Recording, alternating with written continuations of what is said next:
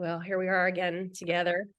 And I just think this has been a magical experience. Here we are, we're in session 5. We have one more to go. And I'm hoping that we're going to bring it home into something really special. And I think we've already done that. John, your documentation and summaries and encouragement and all the things you're doing for us with this, I think it's taking it to another level for all of us. And it's really my hope that we can have some profound insights and shifts that we can then share with the larger community and change the way we do things and the way we think together. So I'm going to start with my slide deck. And again, I'm going to be inviting you to put your thoughts in the chat and freely, so that becomes our archive of these stories that we're developing together.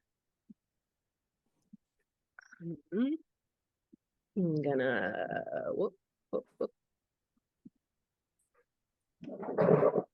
Oh, it's always fun trying to slideshow. Okay, here we go. Ta-da. You can see the chaos that is me. All right. Hey, can you see that okay? Everybody can see that. All right. So welcome to day 5 of our teaming transformation together, 99 days of radical collaboration by teaming up. And so last time we were together, we talked about paradigms and taking our purpose statements through different paradigms so that we can grow our effect. And, you know, we can come at things by extracting value for ourselves or our own group or our own people, or we can come at it by arresting disorder, regulating, and, you know, trying to stop bad things from happening. Or we can do good. We can impose our view of what's proper in the world, what should be, onto others. And that's not always the way, because every being has its own way of being. So I think my point with that is that these other kinds of paradigms that we typically come at our problems with, fixing problems, results in this. You know, there's a right answer, there's a monocrop, there's one way to do it. And so we fix our problems with one answer, and the result is monolithic monocrops. And that's the death of possibility. So, you know, resilience and persistence requires these different answers, these different possibilities, diversity. Life runs on diversity. So our problem fixing mentality is actually limiting future potential. And so I wanted to pose this question to you. And this is something that I was asked by a CEO, a very successful CEO. Is the lion a problem for the gazelle? Because he was struggling with this life-minded thinking. And so I want to put that out to you. Let's call on a couple people to talk about that. Who'd like to say something?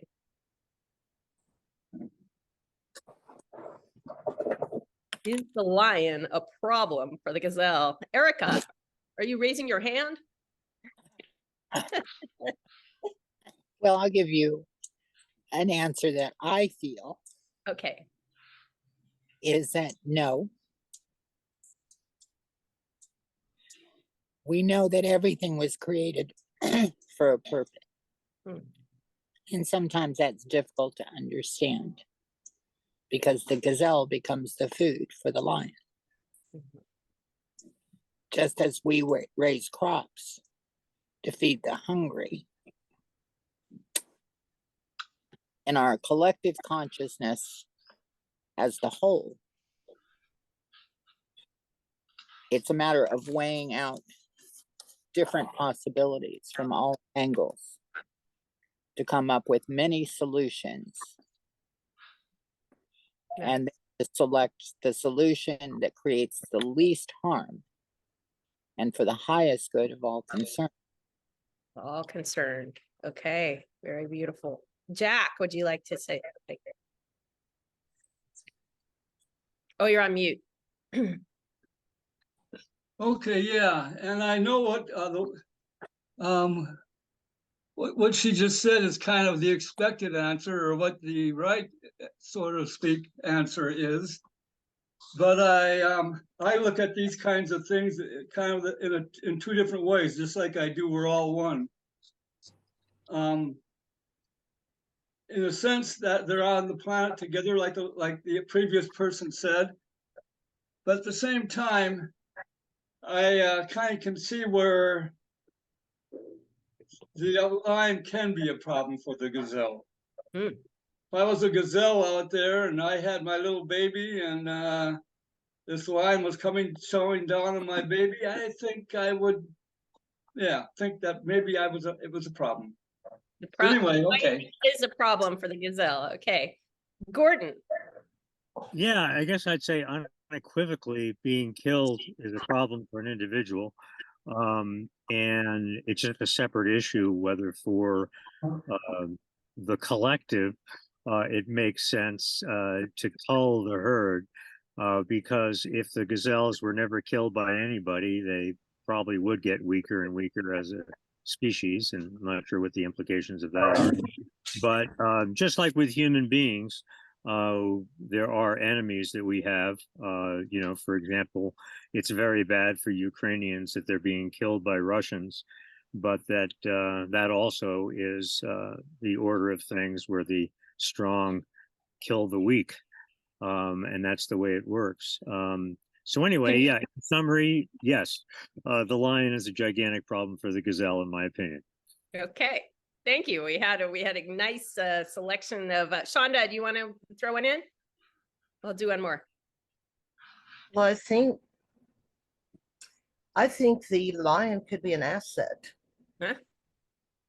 In the fact that without the lion, the gazelle would never fine tune its primal nature to move in the face of danger. Yeah. And yes, all things are collected as one, so everything has its purpose. But without the opposition, then we would never develop our true. Everything's, one doesn't exist without the other, right? I mean, they're day and night and light and dark, and we do not know the beauty of the light unless we experience the dark. So I think everything is important in its own aspect. Thank you. And Kara, did you want to put one in since you had your hand up? Yeah, I just wanted to say, like, if the gazelles got really smart and said, all right, let's make a plan, we're going to get rid of all the lions, and then they were successful at that, then they would find that they've really made it a bigger problem for themselves, that they've ruined their habitat, and they've eaten all the grass, and they can't survive, and there's a lot of them and they're dying. So if they think long term, but it's hard when someone's nipping at your heels to think long term. So. All right. And Adam, I'll do it. Thank you. I appreciate it. I want to remind everyone that we are not lions or gazelles, first of all.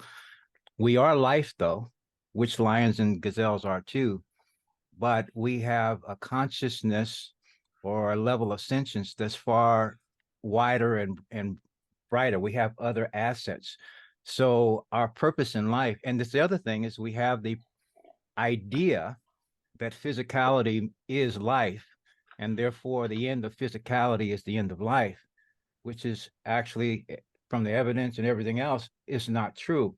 Life is a continuum, as for us, as for the lion and the gazelle. So if there wasn't this method of transformation or exit from this plane, in the sense of immortality of all physicality, so to speak, or indestructibility of it, we'd have a real problem. So we need to change our view of what life is, what we are, what consciousness is, etc., because the power comes from there. We have a much more expanded consciousness than a lion or a gazelle does, or the animal life, so to speak. Thanks for letting me say something. Oh, it's beautiful. I love these the diversity of answers that we got. And my approach to this is that it depends on your perspective, right? It's like if you're the lion, you're out there trying to eat, and if you're the gazelle, you're out there trying to avoid being eaten. But if all the gazelles were safely put in cages they would stop being gazelles. You know, it's the tension between all these forces that are honing us all. And that's the nature of natural selection. It's a system, right? It's the lion keeps the gazelles healthy and doing what they need to do, and it keeps them on the move so they don't eat all their food and all that.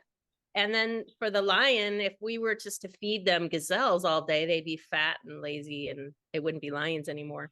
So it's shifting our minds to thinking in systems, that the lion and the gazelle are important to each other and they help each other become more of what they are. And that system grows the whole system of the Serengeti and makes possibilities for other organisms. So it's shifting our thinking to living systems and away from ourselves or from this problem mind of, if I'm the gazelle, how am I going to stop the lion from eating me? But you know, these are much more complex. So I thought that was a great warm-up exercise for us to start thinking into that. And for me, the question comes is, how do we live with the forest in a way that enables the forest to evolve? And Adam, just like what you were saying, our expanded consciousness allows us to even ask this question, because the gazelle's not asking that. It's just trying to make its living, and the lion's not asking that. It's just trying to make a living. But we have this expanded capacity to think in systems and to optimize systems for our future. And so that brings us to these, you know, these paradigms again of this problem mindset is actually prevents us from evolving our potential together.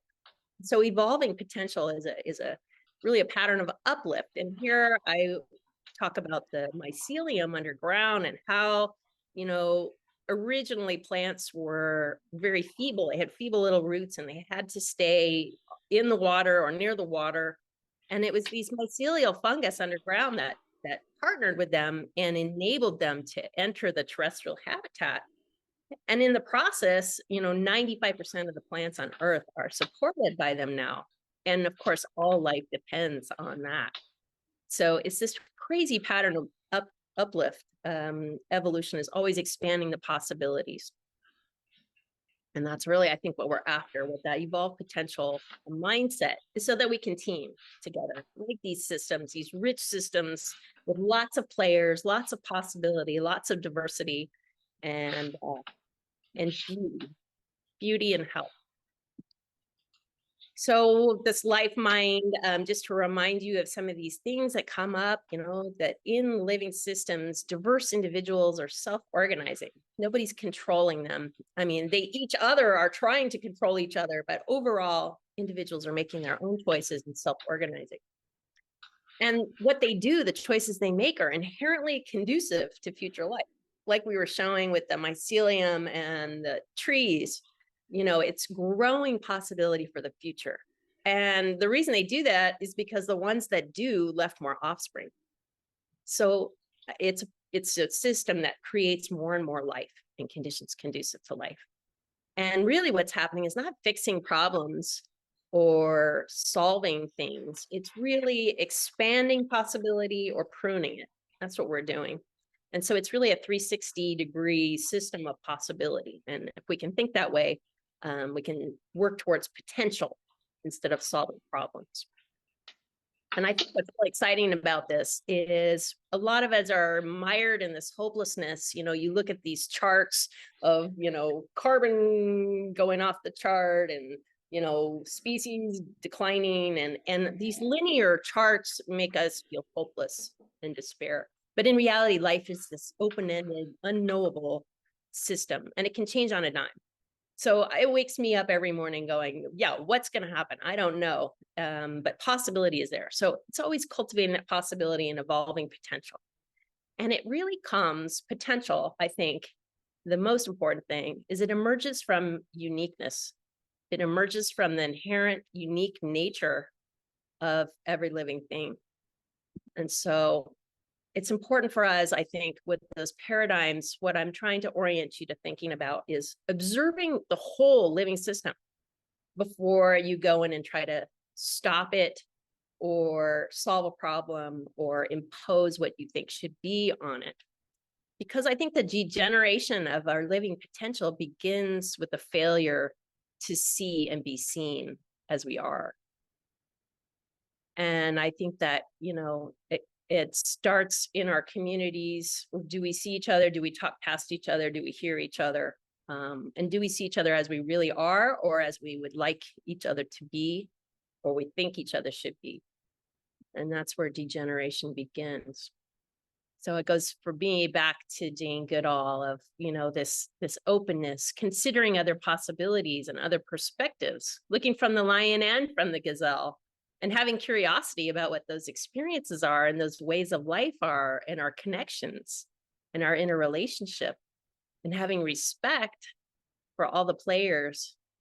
And I think the takeaway is awe, coming to these systems with awe and openness, and not knowing what you don't know, and being aware of that, and that humility.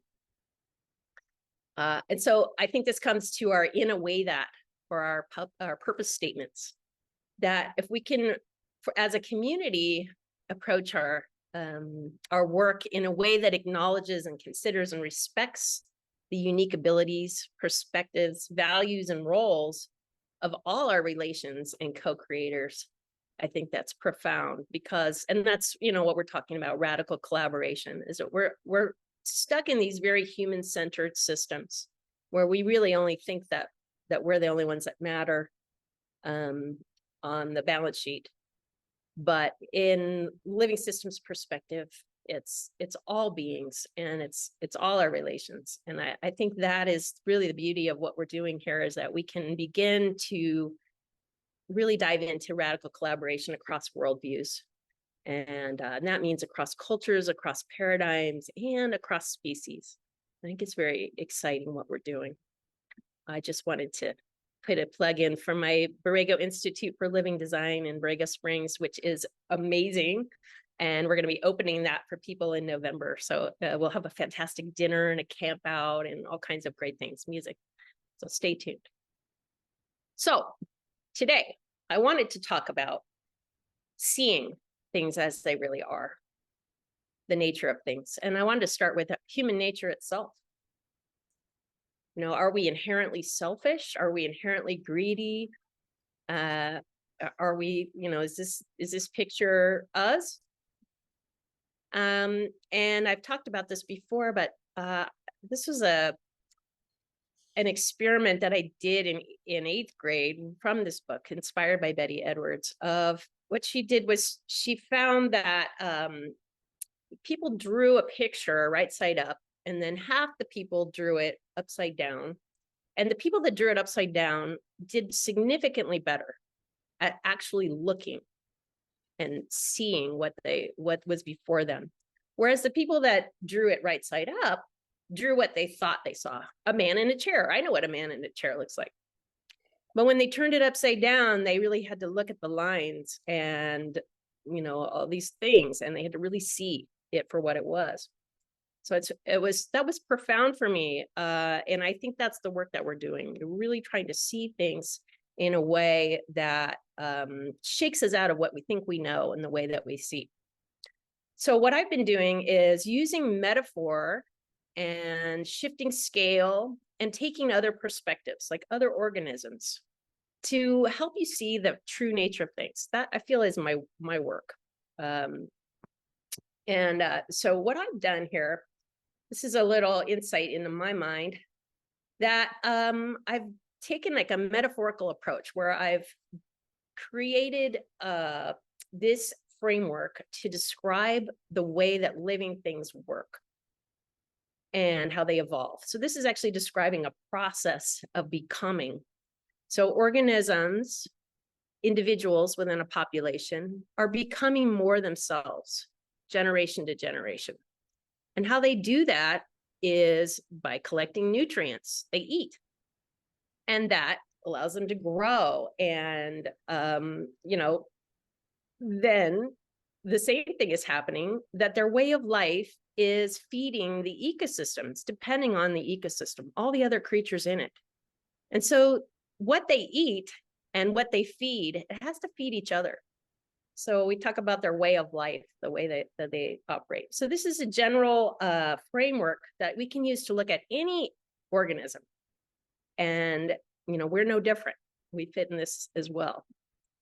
So, but we're not chimpanzees, right? Like we would, if this guy sprained his ankle, he'd starve to death, right? But not for us, because our friends would bring us food and our family would take care of us. And that's not like chimpanzee life. We're very unique in that way. And it actually turns out, if you look at foraging societies, that 75% of their food is caught by someone outside their immediate family. I mean, that's weird that chimpanzees don't do that. And that we have these fair share rules. We believe in fairness. That what constitutes fairness is different in every culture, but all humans believe in it, which is interesting. And foraging people are known for being fiercely egalitarian. If you get too big for your britches, or you took more than your share, or you shirked the work, or you lied, those are offenses that you're going to be called on. And the other thing, like other great ape mamas, they do all their own childcare. And that's typical for most organisms, but we don't. Half of our childcare on average is done by someone else. Might be a female relative, but it might not. So that's pretty radical. So we're really much more like ants in our societies. We have these superorganism societies, which is different from the chimpanzees and from the bonobos, any of our really close relatives. And what they do is each individual has its own role. Individuals are doing different things, but by sharing the work and the wealth, the whole colony is enabled to do things that no individual could do on their own. And so it's important for us to realize that we are superorganisms and that we are independent individuals, but we fundamentally depend on each other to raise the next generation. That's profound. And we all have different jobs and talents and personalities, and we require them. So these efficiency modes and standardization is actually running directly contrary to our nature and what we require. So then going back to that framework and looking at superorganisms like ourselves, it's a colony of individuals that share an identity, but they're all diverse and different. And again, they go out and they collect the nutrients, and that allows the colony to grow and develop. And again, they're getting those nutrients from the ecosystem. And so they have to feed what feeds them. You see like these bees, they pollinate the flowers that provide the nectar and the pollen that they require. And so I want to go this way. So you can see that it becomes very important that the ecosystem is maintained as a commons for any kind of superorganism. So the individuals within it are sharing those things. And so they collectively have to maintain that ecosystem and feed what feeds them in the future. And, we have our biocultural practices, we have our commons, and we have those ecosystem relationships, and all of them occur in a place, in a place that we share. And the way that we do it, all superorganisms do it, is they rely on this collective intelligence and swarm creativity. That's their way of life. And so feeding what feeds them is done through these methods. Ants, you've all seen ants on your kitchen counter, how they follow the trails of each other, and they can suddenly find the food and take it all away, and then they're gone. It's amazing, their collective intelligence. And the honeybees can tell each other where the flowers are, where the nectar is, and what direction to go, and how good it is, and it's amazing. And those are similar to what we're able to do. And these simple rules generate these tipping point shifts, and amazing things can happen, even though no one is telling them what to do.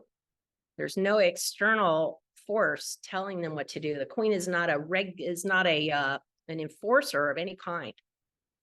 She's just a regulator.